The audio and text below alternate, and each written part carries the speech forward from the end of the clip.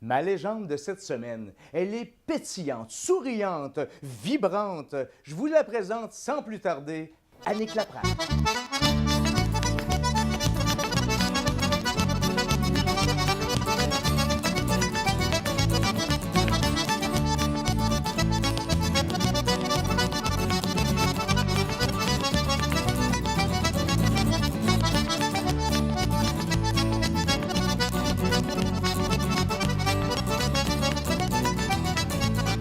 Annick Laprade, Bonjour, bienvenue ma légende de cette semaine. ça me fait plaisir. Annick, moi je te connais parce que je t'ai vu rayonner dans toute ton essence en mettant en place un réseau mieux-être. Mais pour ceux qui ne te connaissent pas, en faisant ça court, parce qu'on a juste une demi-heure. On a juste une demi-heure, Juste une hein? demi-heure. Dis-nous, D'accord. Annick, qui es-tu? Et qu'est-ce qui fait? Quelle est ton essence aujourd'hui? Qu'est-ce qui remplit tes journées le plus gros de tes journées? Qu'est-ce qui remplit, mon Dieu, mes journées? Mon Dieu, mille et une pensées. Je pense que je suis une fille d'action, une fille de projet. Donc, mon défi à moi, c'est d'arriver à ralentir le hamster qui génère tout le temps des idées. Je pense que je suis une passionnée de l'humain à la base. J'aime l'être humain. Et je le considère un petit peu des fois comme une machine. Donc, j'aime étudier la mécanique, donc la mécanique des pensées, la mécanique des émotions, le corps, tout ça, tout ce que ça génère dans notre vie aussi. Donc, ça me fascine vraiment. Je pense que je suis une épicurienne. J'aime m'amuser, j'aime rire, j'aime découvrir. Je me considère comme un laboratoire humain. J'aime essayer plein de choses. Découvrir, partir à l'aventure, triper, sortir de ma zone de confort. Parce qu'à chaque fois que j'en sors, je me découvre des nouvelles aptitudes, des nouvelles attitudes, des nouvelles pensées, des nouvelles croyances. Fait que j'aime ça, j'aime ça. J'aime voyager. L'humain est au centre de ta vie. Tout le temps. Sans aucun doute, là, c'est ce Tout qu'on le temps. vient de comprendre. Mais qu'est-ce qui t'amène à voyager? Qu'est-ce que tu fais? T'es conférencière? Oui, je suis conférencière, je suis formatrice, puis je suis fondatrice du réseau Impact Mieux-être et des réseaux Mieux-être un peu partout au Québec. Là. Bien, parle-nous donc de ça. Bon, commençons, t'es conférencière. Oui. C'est quoi ton sujet? J'imagine que l'humain fait partie de ton L'humain. sujet, bien sûr. Mais L'humain, l'amour, le potentiel humain aussi, l'énergie. Je pense qu'on me connaît beaucoup. Souvent, je vais être sur la rue, les gens vont dire c'est Madame Fréquence ou Madame Miracle. Donc, j'aime beaucoup l'énergie. Donc, pour Madame moi... Fréquence, parce que Mais tu parce parles que des pour moi, énergies, tout est des- fréquence. Pour moi, OK. c'est vraiment le filtre sur lequel je base mes réflexions, mon observation de la vie aussi. Parce qu'à partir du moment où on a des pensées, on émet des fréquences. Et qu'on vit des émotions, on émet des fréquences, on pose une action. Les gens qu'on rencontre, on va entrer dans une certaine fréquence aussi. Puis il y a des basses fréquences, puis il y a des hautes fréquences. Puis évidemment, plus on vibre en haute fréquence, bien, plus on arrive en terre des miracles aussi, et plus notre vie est extraordinaire. Mais en même temps, le défi, et c'est là que ça devient hyper intéressant, c'est pas de toujours vibrer en haute fréquence parce qu'à un moment donné, je pense que ça mène à l'épuisement, tout ça. Là, je suis un petit peu contre aussi cette espèce de quête du bonheur, là, de toujours mettre ça en mode performance, puis être heureux à tout prix. Non, pas du tout. J'aime beaucoup porter le message de dire, bien, quand ça va pas, puis je me permets de pleurer, puis je me permets d'être en colère, puis je le vis à fond. Et de le reconnaître, c'est là que ça change la donne. Donc, plus on accepte nos parts d'ombre, plus on accepte nos failles, bien, plus on les reconnaît. Et plus on les reconnaît, puis plus on plonge dedans, bien, plus on peut en ressortir, puis à ce moment-là, vibrer en haute fréquence. Je pense que la vie, c'est des cycles. Puis si on apprend à s'accueillir, à se respecter, puis à être doux envers soi-même, autant dans les moments de grâce en haute fréquence que dans les moments en basse fréquence, bien, les basses fréquences nous permettent de nous repositionner. C'est des cadeaux aussi, hein? Ça nous permet de nous découvrir, puis de nous repositionner, puis après ça, on remonte. Puis moi, c'est ça, je trouve ça magnifique. Autant dans les hautes fréquences que dans les basses fréquences, j'adore le voyage de l'humain à travers tout ça. OK. Donc ça, c'est vraiment ton sujet de prédilection. Ah oui. C'est là-dessus que tu as fait des observations puis que tu dis ça fonctionne pour moi. Ah, ben, ça fonctionne partout. Oui. Ça fonctionne en amour, ça fonctionne au niveau de l'argent, ça fonctionne au niveau du travail. Donc, n'importe quelle situation dans la vie, si tu l'observes à travers les fréquences, tu peux savoir si un projet va fonctionner ou pas, ou si une relation peut fonctionner ou pas, juste en analysant les fréquences. Parce que la beauté des fréquences, c'est d'entrer en résonance. Là, je vous explique un petit peu Oui, vas-y. l'histoire de la parce que- physique quantique. Là, Ouais. je ne veux pas égarer tout le monde, fermez pas la télé, mais ça va durer 2 minutes. Mais c'est un principe qui se base sur la physique quantique. Donc, c'est-à-dire que quand une fréquence circule dans l'environnement, puis qu'elle rencontre une autre fréquence identique, elles vont entrer en résonance. Ça veut dire qu'ils vont former une seule et même onde, mais de plus forte amplitude. Et c'est elle qui crée la matière, c'est elle qui crée la réalité dans laquelle on est. Donc, ce que ça veut dire concrètement, c'est que si tu es une personne positive puis que tu rencontres une personne positive, bien, il va y avoir ce qu'on appelle une résonance positive et vous allez créer encore plus de positif dans votre vie. OK. Mais si on est capable de s'observer puis d'être honnête envers soi-même, on peut dire, bon, ben là, je pense qu'aujourd'hui, je suis en basse fréquence, donc je suis dans des fréquences plus basses, et c'est correct aussi. Par contre, si on s'observe et qu'on rencontre quelqu'un qui est en basse fréquence, bien là, il y a un danger de résonance négative qui va créer encore plus de négatif. Donc, si on le prend sur le plan du couple, disons, fait que si moi, je suis en basse fréquence, puis que mon mari arrive à la maison et qu'il est en basse fréquence, bien là, c'est pas le temps de parler des impôts. Hein? On va remettre ça à plus tard. Ou de ça, c'est du concret, là. Oui, on ne parle pas des impôts, on ne parle pas du ménage à faire, on ne parle pas des tâches. S'il y a un projet à faire, c'est pas là qu'on en parle. Non, c'est pas le temps parce qu'on est tous les deux en basse fréquence. Par contre, si je suis en haute fréquence, lui aussi, ou même chose avec les enfants, un partenaire de travail, peu importe. Donc, on regarde les fréquences pour voir comment ça va aller, puis on peut s'adapter. On s'adapte dans tout ça, puis on crée. C'est là qu'on devient le créateur de sa vie. C'est là que, créer sa vie, devenir le créateur de sa réalité prend tout son sens. Parce qu'on comprend comment ça marche, donc... Complètement. OK. Complètement, c'est magique. Bien, on le sent magique, en tout cas, dans ce que tu en dis, dans ce que tu le rayonnes. Oui. Il y a de la magie dans ça. Oui. Et donc, tu fais des conférences. Oui. Ça t'amène à peu près partout dans le monde, ou en tout cas partout, en tout cas à plusieurs endroits dans d'autres pays. J'ai fait beaucoup au Québec, au Nouveau-Brunswick aussi. J'ai fait une tournée en Martinique, donc ça a été une belle révélation pour moi aussi. Et printemps prochain, je pars pour l'Europe. Et l'automne prochain, en Afrique. Wow! Oui. Fait qu'on on commence à toucher d'autres continents, là, en plus. Ça rayonne, Mais ça fait partie de ma raison d'être, d'aller à la rencontre de l'humain, des nouvelles cultures, des nouvelles façons de voir la vie. Et là, je commence à lire un petit peu sur l'Afrique. Pour eux, c'est quoi le bonheur? Ouais. C'est comment on touche au bonheur? C'est quoi les valeurs familiales? Qu'est-ce qui les anime? Qu'est-ce qui les fait triper? Puis comment ils se réalisent, eux, versus comment nous, on se réalise? Je vais te raconter une anecdote vraiment très touchante. Quand je suis allée en Martinique, vous savez que là-bas, c'est comme si on était 50, 70 ans en arrière. Les magasins sont fermés. Les magasins sont fermés le soir, les week-ends, tout ça. Il y a beaucoup moins de technologie. Donc, eux, ils se voient tous les soirs. Ils vont danser, chanter en famille, entre amis, les voisins. Moi, à un moment donné, il était rendu minuit. Je me disais, bien là, il faudrait peut-être arrêter de danser puis de chanter. Puis là, ils me montraient des danses. C'était vraiment le fun, mais là, je me disais, les gens vont se plaindre, puis ils m'ont dit, ben non, ils ne vont pas faire des plaintes, ils vont venir danser avec nous. Ouais. Et j'ai vu les gens du village arriver, puis on a dansé tout le monde ensemble. Et il y avait une adolescente qui était là, environ 15-16 ans, puis elle vient s'asseoir à côté de moi, puis elle me dit, t'es chanceuse, toi, de vivre au Canada. Parce qu'elle dit, tu peux aller magasiner tous les soirs, tous les week-ends, les magasins sont ouverts, tu peux faire ce que tu veux. Puis je me souviens que j'ai mis ma main sur sa main, puis je lui ai dit, regarde ce que tu vois là, regarde ta mère danser, regarde ta tante sourire, regarde le repas qu'on partage ici, ça c'est précieux. Je dis, moi j'ai goûté quand j'étais enfant, puis depuis que les magasins sont ouverts, j'ai plus accès à ça. Ouais. Ou en très petite partie, on se voit à Noël, à part, on se fait des petits repas de temps en temps. Là, je dis pas que j'ai plus de célébration en famille, quand même, mais ça l'a changé la donne. Puis j'avais juste le goût de remonter dans le temps, un peu comme le film Retour dans le futur, Back to the Future.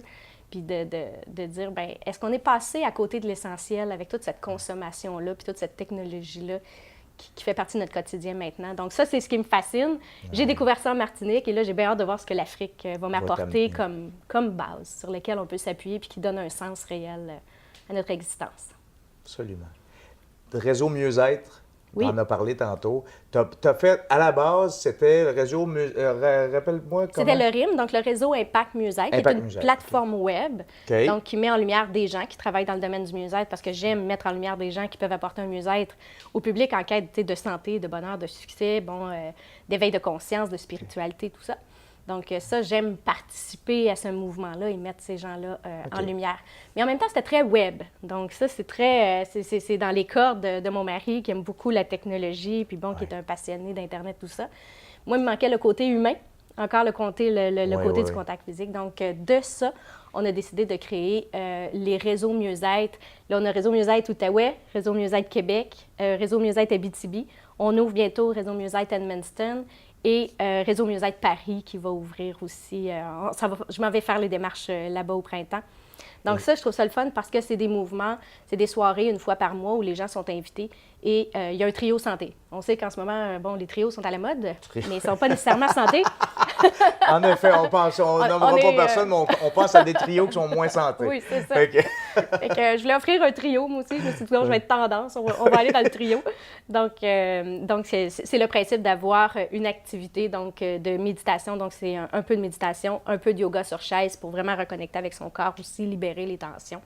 Et suivi d'un conférencier qui vient nourrir notre cœur, notre âme, notre esprit avec des enseignements qui nous inspirent à aller de l'avant puis à se réaliser pleinement. Donc, dans chacune des régions, on voit ce trio-là. Et ça permet aux gens, au moins une fois par mois, de baisser la pression, d'aller se connecter à quelque chose. D'aller respirer, d'aller déposer des trucs, de se réaligner, puis de vraiment mettre dans l'énergie ce qu'on veut vivre, ce qu'on veut réaliser. Puis peut-être explorer des choses avec lesquelles ils ne connaissent pas ou sont peut-être moins à l'aise. Découvrir des nouvelles méthodes de la méditation, il y en a toutes sortes. Là. Oui. Il y a des méditations de visualisation où est-ce qu'on va aller ancrer un message, mais tu as des méditations aussi avec des bols tibétains, avec des mantras, Ho'oponopono. Il y a vraiment une panoplie d'exercices qui sont à notre portée. Puis c'est ça qui est le fun. Encore une fois, la découverte, aller explorer tout ça, puis voir ce qui résonne pour nous, hein, c'est ça. Fait, question de fréquence. Donc, au lieu de prendre une formation et dire je m'enligne 10 semaines ou avec une chose que je ne sais pas trop si ça va me correspondre, on assiste éventuellement à ces soirées-là où il y a un paquet d'intervenants du milieu qui sont présents, qui se sont dans regroupés. Ces soirées-là, ceux qui font partie du réseau, les professionnels de la santé qui font partie du réseau, c'est eux qui organisent ces événements-là pour le public. Puis en même temps, ils sont là aussi pour répondre aux questions du public, pour les accompagner dans leur cheminement. Puis ça, c'est important aussi de connaître qui, dans ma communauté, peut être un allié pour m'amener à être mieux, qui peut m'accompagner dans ce cheminement-là. Donc, toi, tu as été la personne qui a mis la bougie d'allumage puis qui a rassemblé tous ces gens-là pour que le projet prenne sens, prenne vie. Oui, parce que je pense que ça me définit très bien. J'allume le feu. T'allumes le feu, exactement. Le feu. Mais en même temps, j'ai besoin de m'appuyer sur des gens sur qui je peux compter. J'ai une équipe absolument extraordinaire. Donc, dans chacune des villes, j'ai des comités. Donc, c'est quand même assez gros comme événement à gérer. Donc, on a un comité. J'ai des directeurs généraux dans chacune des villes. Donc, ce sont des acolytes sur lesquels je peux compter, avec lesquels j'ai beaucoup de plaisir aussi à co-créer puis continuer à faire grandir ce mouvement-là qui peut juste apporter du bien au final. Wow!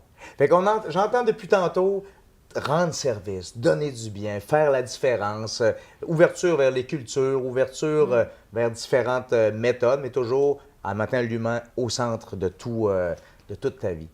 Annick, est-ce que ça a toujours été comme ça? Est-ce que ta vie a toujours été dans ce sens-là? Bonne question. Est-ce que ma vie a toujours été comme ça? Je pense que j'ai tout le temps... Je pense que oui. Je pense que... Oui, je pense que oui. Parce qu'enfant, j'étais fascinée par plus grand que soi. Je savais qu'il y avait quelque chose.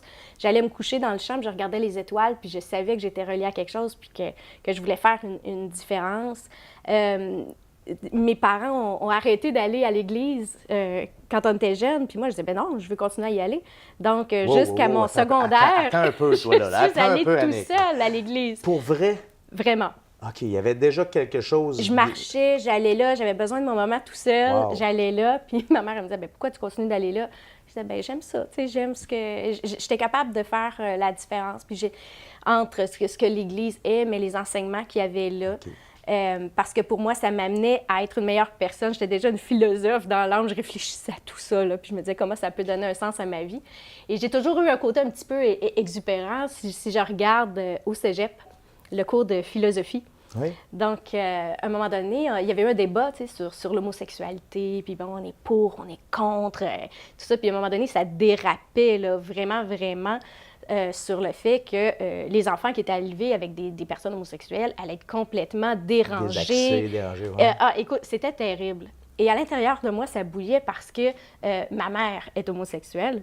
Et là, je me disais, bien là, ça n'a pas de bon sens, il faut que je réagisse, il faut que je ramène ça, tu sais. Et c'est comme arrivé comme ça, je me suis levée et je suis montée, non pas sur la chaise, mais sur le bureau, debout devant tout le monde. Et là, je faisais le tour, tu sais, je tournais sur moi-même, puis je disais, là, face à vos jugements, là, tu sais, est-ce que vous me trouvez désaxé, dérangé? Peut-être que là, debout sur le bureau, Peut-être que tu nous as donné raison un petit peu. Hein? un petit peu. Mais j'étais quand même bien connue. Puis j'étais une personne qui était rangée, fonceuse, qui faisait mes choses. J'ai quand même beaucoup de structure dans ma vie. Mais quand il y a quelque chose qui me dérange, j'ai pas peur, tu sais, de prendre la place puis de me battre pour mes convictions puis de dire, bien, regardez, tu sais, il y a peut-être une autre direction. Et cette fois-là, je me suis levée debout en disant, peut-être qu'on pourrait tasser les jugements puis se rendre compte que finalement, bien, dans ce cas-là, c'était l'homosexualité, puis dire, est-ce qu'on peut se relier au cœur? Tu sais, ce qui se passe dans la chambre à coucher, ça regarde les gens, mais ça n'empêche pas que derrière tout ça, il y a un cœur, il y a des émotions, il y a des bonnes intentions, il y a des gestes. Il y avait eu un silence, là, mais incroyable. Là, dans... Prise de conscience. Et là, à ce moment-là, toi, quand tu as senti ça, il y a quelque chose qui est venu dire, wow, c'est le fun. Hein? Je peux faire la différence. Est-ce que déjà là, tu as ressenti que ça allait faire partie de ta vie, cette prise de position-là? En fait, ça a été un élément marquant parce que quand je me suis rassis, j'ai regardé ma chum à côté de moi puis j'ai fait « Je viens pas de faire ça. » là. Elle m'a dit « Oui, tu viens de faire ça. » là. T'sais. Et je tremblais à l'intérieur de moi. Mais après ça, j'ai fait « Non, j'assume pleinement tout ça. » Et c'était dans les heures et les jours qui ont suivi que les gens venaient me voir à la cafétéria puis ils disaient « Bravo, merci, ça a changé ma perception. C'est vrai qu'il faut se relier au cœur puis laisser tomber les jugements. » Et je vais toujours me rappeler, j'étais à la cafétéria, puis un professeur qui est venu, le professeur de philo qui est venu me voir, puis qui m'a dit « J'ai jamais vu ça en 30 ans. Wow, quelle femme tu vas devenir, tu sais, continue de te battre tes convictions. » Fait que probablement que ça a eu une influence à ce niveau-là. Et un autre professeur de cégep était venu me voir, il en avait entendu parler, puis il m'avait dit « Toi, un jour, on va te retrouver à la tête du ministère de l'Éducation. » Et ça, j'étais dans un moment où j'avais très peu confiance en moi, puis c'était difficile. Et cette phrase-là, là, je l'ai gardée précieusement dans mon cœur parce que je me disais, il y a quelqu'un qui croit en moi. Et ça m'a donné la drive de poursuivre. J'ai fait mon bac en éducation préscolaire primaire. J'ai travaillé dans les cégeps. Il y a eu un projet qui est arrivé et je me suis retrouvée au ministère de l'Éducation. Et j'étais vraiment fière de moi parce que je me suis dit, ça y est, tu sais, je l'ai accompli. J'étais vraiment fière. Mais en même temps, je savais aussi que j'avais terminé au niveau du côté collégial, enseignement, pédagogie, puis que j'avais envie de servir l'humain différemment. Et c'est là que j'ai quitté le cégep et que je me suis enlignée ailleurs. Mais je pense que oui, je pense que j'ai tout le temps eu cette flamme-là de vouloir inspirer, mais avant tout, ça passe par moi. Tu sais, je pourrais pas... on m'approche des fois pour des projets puis dire « As-tu le goût d'être porte-parole de ça? » Mais si je le porte pas, si ça peut pas faire une différence dans ma vie, j'irai pas. Non, OK. Donc ça, tu y vas beaucoup avec le ressenti? Oh oui, dans ta vie, le ressenti, l'intuition, ou toi, tu nommerais ça comment, cette force-là qui te fait prendre des décisions, dire j'y vais pas? Les fréquences. Les fréquences. Comment je n'y ai pas pensé? Donc, c'est vraiment, tu retournes voir les fréquences, voir qu'est-ce que ça fait. Juste, je ne sais pas si ça se fait, si ça peut se dire, mais comment on fait pour voir si la fréquence est bonne, si la décision que je prends est bonne? Quelqu'un qui nous écoute, qui nous entend, là, qui nous voit. Comment je fais? Bien, en fait, plus on va s'observer, plus on est capable de s'arrêter au quotidien, puis de s'observer comme personne, dire, OK, là, j'alimente quoi comme pensée? Est-ce que ce sont des pensées de haut niveau, de haute vibration ou de basse vibration? Donc, est-ce que j'ai confiance en moi? Est-ce que j'alimente un scénario qui est positif ou un scénario qui est catastrophique? Si on est dans les scénarios catastrophes, on est en basse vibration. Donc, au niveau des émotions, la même chose. Est-ce que je suis en expansion? Est-ce que je suis dans la joie? Est-ce que je suis dans un rayonnement ou je suis dans la protection puis dans la contraction? Là, on est en plus basse vibration. Et là, après ça, on s'observe soi, mais on observe l'autre aussi. Est-ce que l'autre est en train d'alimenter un scénario qui est positif aussi puis qui est aidant dans le projet qu'on est en train de faire, ou dans la relation, peu importe? Et même au niveau de son corps aussi. Est-ce qu'il est dans l'ouverture? Est-ce qu'il est dans l'expansion ou il est dans le retrait? Donc, tout ça, ça va nous amener à dire, bon, bien ça, c'est un projet qui est porteur de réussite ou j'irai pas là. Et ça sauve tellement de temps, tellement d'énergie. On m'a approché l'année passée pour aller en Europe. Et la personne qui m'approchait, elle dit « Ah, je t'approche parce qu'elle dit là, tu sais, j'ai besoin de nouveaux défis dans ma vie, ça va vraiment pas, je suis en séparation, je suis malade, ça va vraiment pas bien. Fait que, j'ai besoin de me trouver des défis. » Puis écoute, c'était lourd, là. Puis moi, j'étais dans une phase où j'étais fatiguée aussi. Fait que je me suis dit, si moi, je suis fatiguée puis qu'elle est comme ça, c'est sûr que le résultat va être catastrophique. Même si ça peut sembler intéressant, j'ai refusé parce que je savais qu'au niveau de la fréquence, la résonance, elle était négative. Et je me suis dit, moi, je vais prendre soin de moi. Je vais lui permettre de traverser ce qu'elle a à traverser. Puis quand on sera en haute fréquence tous les deux, à ce moment-là, j'irai. Donc, Et comment, moi, il y a une question qui me monte comme ça, parce que des fois, moi-même, j'ai des décisions à prendre, puis, et comment on fait pour savoir si c'est la fréquence ou si c'est pas notre auto-saboteur qui nous ramène en zone de confort, qui nous dit, ben, tu sais, une partie de nous-mêmes qui, oui, en toute bienveillance pour nous dit, sors pas de là, parce que oui, ça peut y a un faire risque, mal. un danger, Oui, ça peut faire mal. oui. Comment faire pour savoir si c'est la basse fréquence ou si c'est pas notre peu importe comment on l'appelle, là, mais notre protecteur intérieur, si on veut. En fait, je dirais que plus tu habites ton corps, plus tu as la réponse rapidement. OK. Parce que les hautes fréquences, on va les ressentir dans notre corps. Moi, je dis tout le temps que les hautes fréquences, c'est le miracle. Sur scène, je vais faire des farces. Parce que je vais dire, vous voulez savoir, il est où le miracle? Bien, pour moi, le miracle, il est là. Donc, c'est ce qu'on vibre ici, dans le ventre, entre le cœur et le ventre. Donc, souvent, je vais me brancher là. Fait que quand je rencontre quelqu'un ou quand je travaille sur un projet, si ici, ça fait... Je le sens dans mon corps, il y a une ouverture qui se fait, il y a comme une joie qui se fait, je sais que c'est la bonne chose. OK. Rapidement, 2 secondes après, là, il y a le cerveau qui dit « Fais attention, ça va coûter combien, ça va te prendre du temps, OK. ou peut-être que tu vas te planter. » Mais là, ça, je le sais que là, ce sont mes pensées de peur, c'est l'ego qui embarque et qui veut me protéger d'une situation. OK. Et là, je prends une bonne respiration, je reviens dans mon corps. Et si dans mon corps, ça fait ça, bien, je sais que c'est là, il faut que j'aille. Fait que là, je dis à mes peurs, il faut aller faire dodo, je vais m'occuper du reste, puis je plonge. Et c'est là, je tremble. Là, je dis pas que je fais ça facilement. Ouais. Moi, je dis tout le temps, tu sais, l'image, là, au secondaire, là, on avait des grosses piscines. Puis tu sais, as le tremplin super haut, là. Fait que quand moi, je tremblais, là. Tu sais, je regardais les gens qui allaient sur le tremplin, puis je me disais, je veux le faire. Puis j'y allais, puis je tremblais. Mais je sautais pareil. Parce que je me dis, ben la vie... C'est ça. C'est là, puis c'est le fun. Puis les cadeaux qu'on découvre une fois qu'on plonge, là, sont plus grands que la peur qu'on avait quand on était sur le tremplin. Okay. Fait que, t'as associé ça, puis c'est ce que tu retrouves dans ta vie au fil du temps. Oui, puis souvent, je vais dire que le miracle est là aussi. Okay. Dans le dépassement? Dans le dépassement. Okay. Dans le dépassement de soi. Mais aussi, le miracle, il est partout. Il est dans un silence. Il est dans le calme. Il est dans l'action. Il est dans le dépassement. Mais quand on est branché à son cœur par son corps, bien, tout est possible. OK. Tu me parles de miracle depuis tantôt, puis c'est là qu'on s'en va. Tu as actuellement un de tes projets où ce que tu fais de tes journées, c'est aussi de donner des ateliers ou des cours en miracle. Je ne sais pas comment tu les appelles. Oui, ce sont les journées miracles. Journées miracles. Oui. Tu fais ça avec Alain Williamson. Oui, mon grand ami. Ton grand ami. Puis, on a eu l'occasion, nous autres, de l'avoir en entrevue dans une émission précédente. Oui. Et Annick, quand tu parles de miracle, qu'est-ce que vous enseignez aux gens qui vont aller vous voir, qui vont aller là? C'est quoi? Là, tu me dis un miracle, ça peut être petit, ça peut être grand, ça peut être un peu dans tout. Bien, oui, il est partout, le miracle, mais en fait, il est avant tout en soi. Parce que le miracle, souvent, par définition, on va dire, bon, c'est réaliser l'impossible. Mais souvent, c'est nous-mêmes, en tant qu'êtres humains, qui nous auto-sabotons, puis qui nous mettons des bâtons dans les roues, puis qui nous empêchent de nous réaliser. Mais quand on reprend contact avec notre pouvoir créateur qui est là, puis quand on comprend la machine, là, de comment ça fonctionne, bien là, il y a une nouvelle vie, là, vraiment, qui s'installe. Il y a le dépassement. Mais pour certains, ça va être le dépassement parce qu'on parlait de dépassement tantôt, mais pour d'autres, ça va être de tout simplement s'arrêter, se connecter à ce qui est là, respirer, puis de se réaligner, puis de s'amener sur notre voie, juste apprendre à être. Moi, j'ai vécu le miracle cet été de juste être, de rien faire. Donc, le miracle, c'est pas toujours de s'accomplir ou de réaliser quelque chose, mais de juste dire, OK, là, je n'embarque pas dans la performance, puis je reste dans ce que je suis, puis j'apprends à m'aimer dans ce que je suis, même si c'est pas à mon maximum. Okay. Donc, le miracle, il est dans une main tendue. On peut le retrouver dans le deuil, tu sais. Donc, même quand on vit des moments difficiles, mais qu'il y a quelqu'un qui nous tend la main, c'est un miracle en soi.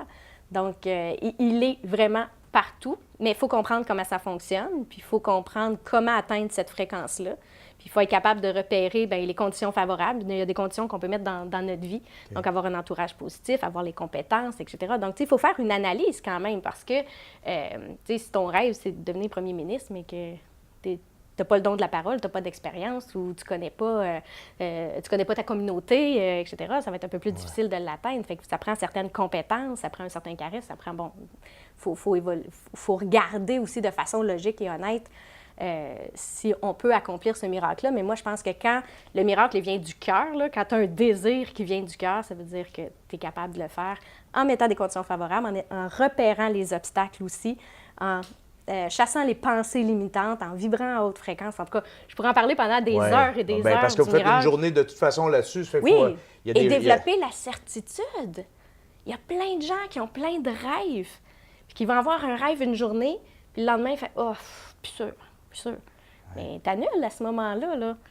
Mais si ton rêve, tu l'alimentes à tous les jours, puis que tu développes la certitude que tu C'est l'as, ça qui va arriver. ça arrive, inévitablement. Par- Inévitablement. Parce que on envoie des vibrations, on envoie des ondes, puis les bonnes personnes arrivent au bon moment, puis il y a des portes qui s'ouvrent. On ne peut pas s'attendre aujourd'hui, mais Oui. Et mon fils a lu le livre Miracle, puis il a participé au projet. Puis écoute, il applique les techniques tout le temps, tout le temps, tout le temps. Puis lui, il a toujours la certitude quand il y a un nouveau projet, il dit « Je m'en vais le chercher, c'est à moi. » Puis il fait tout le travail, il prépare son corps, prépare son esprit, il se prépare dans la matière, il va mettre des trucs dans sa chambre, tu sais, des photos. OK. Donc, il s'imprègne de l'énergie du miracle et il l'a à tout coup. tout ça, tu me dis, là, tu m'amènes le livre, donc il y a l'atelier d'une journée, mais il y a un Oui. livre qui s'appelle Miracle. Il y a un livre qui s'appelle Miracle. Puis ce livre-là, on a quelqu'un qui dit, OK, moi, j'adhère. Là, Annick, elle me dit que je suis capable de faire des miracles. Je la crois. Parfait. Tout le monde peut faire des miracles. Excellent. On prend pour acquis que c'est vrai, on te croit, mais là, on ne sait pas quoi faire, puis on ne sait pas par où commencer, puis on ne sait pas quelle poudre de perlimpinpin manger. Non, il y a un livre, puis je fais des farces, mais dans ce livre-là, Oui, il y a un livre, le livre Miracle, donc Oser devenir un créateur de miracles, que vous pouvez aller chercher en librairie, partout en librairie, OK. ou sur le site créateurdemiracle.com, tout est là. Parfait. Il y a un documentaire Miracle aussi. Donc, Un documentaire vidéo qui explique tout ça. OK. oui, il y a un documentaire. Fait que pour ceux qui aiment moins lire, qui sont plus visuels, qui ont besoin d'une énergie précise pour les accompagner, le documentaire permet aux gens d'aller explorer le miracle à travers des images de la musique et tous les experts qu'on a interviewés, parce que Miracle, c'est pas juste les techniques d'Alain et moi, mais Miracle, c'est 10 experts qui nous livrent leurs meilleurs trucs et conseils pour se réaliser pleinement. Oui. Wow, On est OK. même allé en Espagne pour aller interviewer des neuroscientifiques qui nous amènent vraiment des connaissances au niveau du cerveau. Donc, comment travailler avec son cerveau pour créer des miracles. C'est fascinant. C'est fascinant. Moi, je dis tout le temps, je suis arrivée dans la... Pour moi, c'était la caverne d'Ali Baba. Là. C'était, wow, plein de techniques miracles. Moi, j'ai une vie avant miracle et après miracle, puis j'adore ça. Pourquoi tu dis que tu as une vie avant, une vie après? Mais parce Qu'est-ce qui s'est passé? Parce que le projet Miracle, je dois dire à la base que quand Alain Williamson m'a approché pour le projet, je me suis dit, est-ce que je crois au miracle? Est-ce que c'est vraiment un besoin dans la société? Je me dis, est-ce que les gens se lèvent le matin en se disant, mon Dieu, moi, j'aimerais ça devenir un créateur de miracles? Puis je me suis dit, non. Tu sais, je faisais le tour un peu des gens, puis je disais, non, je ressens pas le besoin de. Mais par contre, je suis curieuse, j'aime ça. Fait que, Allez voir.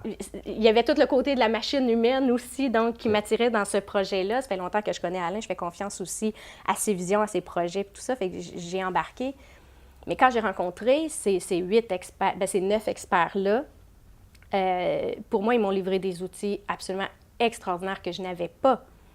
Et ils m'ont livré l'espèce de casse-tête manquant qui me permettait d'aligner ma vie sur une vie encore plus en haute fréquence, puis vraiment alignée sur le miracle. Moi, je vais être éternellement reconnaissante pour ce projet-là, parce que là, je sais comment la machine fonctionne, je sais qu'on a le pouvoir de créer notre vie, on ne la subit pas. Et trop de gens la subissent. OK. Tu sais, il m'a laissé, je subis ça, Ouais, j'ai ouais, perdu ouais. ma job, je subis ça, j'ai plus d'argent, je subis ça. Non, non, non. Donc, Oui, dans ça ce arrive livre-là, dans ta vie, mais tu as il y a- le choix. OK. Tu as le choix, réaligne ta machine, puis ça va changer. Wow. Donc, vie avant miracle, vie après miracle. On a la Annick de après miracle. Oui. Et Annick, un jour, on va arriver à la fin de cette belle histoire de celle qu'on est en train de se raconter. Quelle est la légende au jour le dernier que tu aimerais que les gens racontent sur toi? Quelle est la trace que tu aimerais laisser sur cette terre? Dire, Annick, si elle était comme ça, tu aurais accompli ta légende personnelle. Bien, tu vois, moi, je me suis toujours dit que j'espère, quand je vais mourir, j'espère que je vais savoir que je vais mourir. Parce que j'aimerais ça préparer ma mort et j'aimerais ça vraiment la préparer pour organiser un party. Puis, je veux que quand les gens vont venir à mon service, ce soit un party, puis que les gens disent « Et qu'on a eu du fun avec Annick. OK. Et que je me sentais bien avec Annick. Et que c'était donc le fun. Et qu'elle m'a donné le courage de m'améliorer, de pardonner, d'aller à la rencontre de l'humain. » J'espère que les gens, en toute humilité, se sentent meilleurs après une rencontre avec moi. Puis je l'ai dit en toute humilité, pas dans le sens que moi, je veux apporter ça, mais je veux juste que les gens se sentent bien. Puis si moi, quand je vais flotter au-dessus de mon cercueil, quand les gens... Parce que moi, je veux être exposée, je veux que les gens viennent pleurer. Là. Je veux vraiment qu'ils viennent me voir et qu'ils disent « Oh, l'aimait donc! » Moi, je vais être en haut, je vais faire « Oh, mon Dieu, mais... Non, non. » C'est correct, mais oui. moi, je vais leur donner des feuilles, là, puis ça va être des blagues, ça va être des trucs. Non, je veux que les gens célèbrent. Je veux que les gens se sentent... qu'ils célèbrent la vie qu'on a eue, tout le monde ensemble, puis toute la co-création qu'on a fait. Puis je me dis, si les gens disent, ben moi, je me sentais bien quand j'étais avec elle, je vais pouvoir me dire, mission accomplie. Très bien. Ben, c'est le grand bonheur qu'on te souhaite d'accomplir cette merci mission-là. de nous accueillir et de nous amener à faire ce voyage-là à l'intérieur de ça. Ben, j'espère que Annick vous a inspiré à vibrer votre vie pour réaliser tous ces beaux miracles-là, pour être heureux, pour vous-même vivre votre légende et attirer le bonheur.